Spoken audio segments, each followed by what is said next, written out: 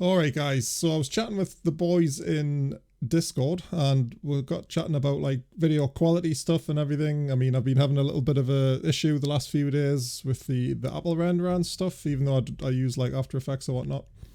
So I've went back to the like old school of the way I do things, like rendering wise and stuff.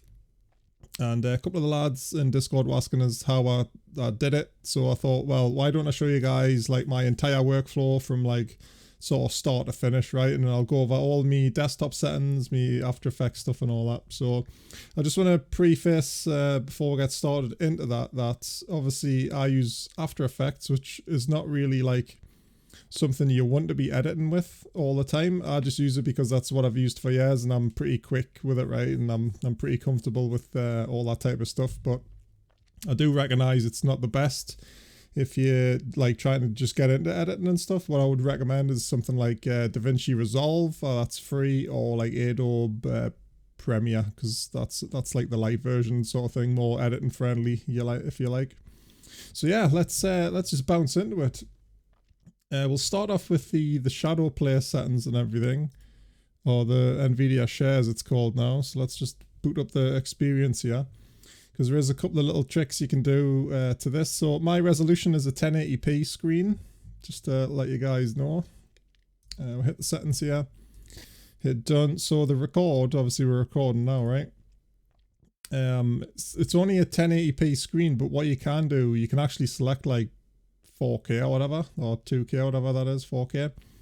And that lets you have a much higher bitrate than what the standard 1080p is. I'm sure it's only like 60 megabits per second or whatever if you put it on 1080p. So what happens is the recording actually still comes out at 1080p, but you get like over double the standard bit rates, and that's one way to get around that, because the Shadowplay bit rates have been awful for ages. It's not a constant bit rate either, it's a variable, so sometimes that can cause issues on older Adobe programs where you just get like for example like a 59.999, like an infinite 9 decimal place, and it just totally wrecks After Effects or Premiere or whatever. So it's been pretty good on this machine. I mean, I've got a really like high-end rig. I've got a 5950X just for the purposes of like editing and stuff, so it's pretty good, and I haven't really had any problems with like lower than 60 FPS values on the videos, because I'm always like way above that anyway. But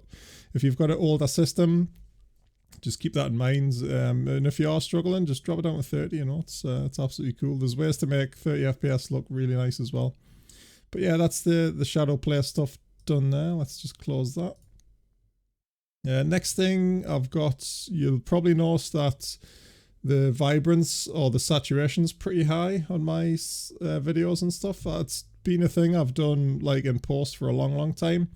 But what I've done now, I just go to the adjust desktop colors and just set the vibrance to like 75%. So that skips me a step in the editing software, like After Effects having to add saturation and vibrance and all that. And sometimes it can be quite destructive to the image and things if you go like too far. But yeah, that's another step saving little tip there. But have a play with the brightness and things. Obviously I've got the brightness in game. I think it's up like by about 10, whatever the value that is. I can't remember off the top of my head. I haven't got Eve loaded at the minute, so I can't check that. But I have got it bumped up slightly just to skip these steps in After Effects, right? And speaking of After Effects, if we just load this up. So this is my template, which I use. It's got me like the Asylum logo and everything, stinger at the start, and I've also got my transition, which everyone loves, I'm sure. Everyone's probably getting sick of by now. So that's that one, and then I've got the ending screen, which I've been using for like years and years and years. Let's just get that on. Yeah, this is really cool. So you can only have 30 seconds as an ending on YouTube now if you want to use the like the tiles and stuff, which pretty sucks, because I used to run this for like a minute and it changed to like loads of cool stuff. But yeah, so was just like a picture, but I've added the audio in and then saved that as a separate like video file and re-imported it in, so I'm not messing around with all that sort of stuff. But yeah, just again, it saves time. I've got me audio tracks, which I use just as the background. I've got a couple there, the main menu, that's from DSX. It doesn't get copyright claimed as well, so it's pretty good. I think it's because it's the London one. So I got a hold of a game rip edition of the music. So none of that's like content ID'd, I don't think, on YouTube. But yeah, I'm not really fussed if it got ID'd anyway or whatnot. But yeah, that's pretty much what you'll hear as we're talking anyway, right? So that's that bit. And if we go to the render settings itself, so this is what I've been having a change around with recently. I'll show you what I was doing. But you want, obviously, if you're going to be using the Adobe programs, like, just have a look at this. I'm not sure what everything does. Like, I mean, I went over the years, like, looking at guides myself, right? But this is all the settings. You want quality best, resolution full, to whatever resolution you want to output as and things, but you can change that on the actual render itself in a sec. So yeah, if you just want to screenshot that or whatnot, like I say, I don't know what most of that does. It's just what I've learned over the years. So originally, in previous videos I've made similar, would use the QuickTime and then would switch to the 264 format, and I just cannot get it to work. Usually what you would do, you would download the iPlayer, whatever it is, and then it would pop up here, but I just cannot get it to work. So for the last few videos, I've been using the 422 HQ, that will ProRes, really decent quality at a good file size as well. And for whatever reason, the audio's just been like clipping and stuff. So yeah, we've went back to the old school way of just doing a complete AVI. So basically, if you leave it as like a normal AVI, you get like a lossless file. And what that means, like for about 10 minutes or so, you'll end up with a file size of like 250 to 300 gigabytes, right? And that's absolutely ginormous, right? It doesn't take too long to render, I've found. I mean, on this machine at least, I've cut me render time down by like 85%, going from me old i7 6700 to the 5950X, right? And that's boosted with a GPU somewhere along the line as well, so that's really nice. I would like to do the rendering on media encoder, which I'm sure everyone's like shouting at us about in the comments right now. And that's something we're going to have to look at because, you know, it's all like expense and things like that. But yeah, so with audio output on, I never leave it auto just in case, because if it fucks up or something, you've spent like 10-20 minutes rendering time for like nothing, right? So that's that bit. Like I say, that creates like a super ginormous file. So to get that file size down, we use a program called Handbrake. This is like so good, guys. This is one of the best programs out there for re-encoding files. So one of the reasons why I used to, and like now again, start doing the lossless files, even though they're huge, right? Because I don't want to be uploading that size video, is because it's like the maximum quality you can get. Like it's basically like a raw file that comes out of it at the end, pretty much. And when you encode it through this, it's obviously going to lose a tiny bit of quality. And then when you upload it to YouTube as well, it's going to get compressed. So having like a good base quality on your vids is like super important. And I've already dragged some stuff in here. Again, I don't know what like most of this stuff does. I followed some guides and did some tinkering, and I do change up what I need to do as we go. So I've got a preset called YouTube renders, and then we'll go over all of the tabs and stuff. So this one, we've got format MP4. We'll actually need to change that to MP4 as well. I think this is pretty much default. You've got your obviously size and everything. Dimensions I haven't messed with at all. Filters, I don't think I've changed anything there. The main ones is like video and audio, right? So if we go to the audio first, because that's the quickest, we've just got like uncompressed ASA, and the default for this is like set to 160, I believe, which is, it's all right, but like 320 is pretty good, right? That's like a good quality CD audio or DVD audio, whatever it is. The biggest things in here, so if you haven't used Handbrake before, basically you've got some sliders which give you, it's like quality versus like file size, right? And the encoder preset, depending on if I'm like really in a rush to get a video out, I'll just leave it on slow and then leave this on 18. And that encodes it pretty quick.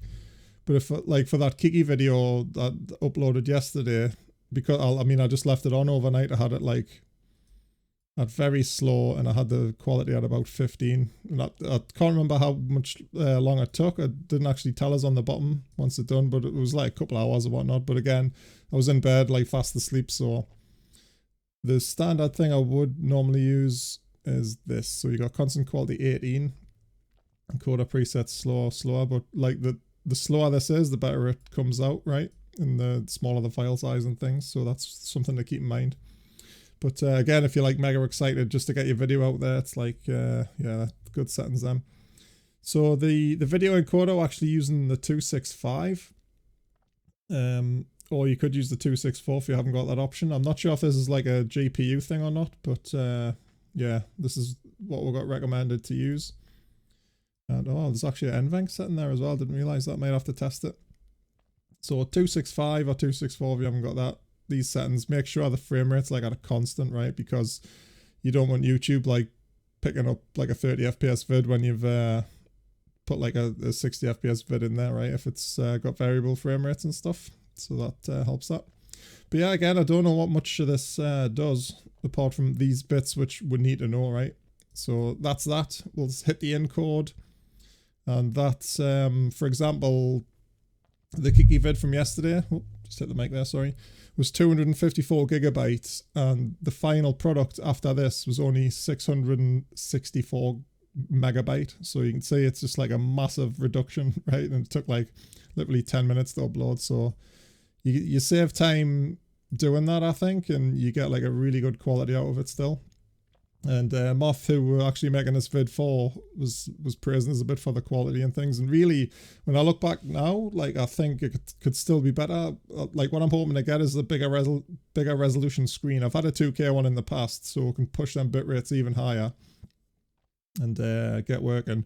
We could also use OBS to record as well, and you can like literally just manually set whatever constant bit rate you want there. So that could be something we'd look into.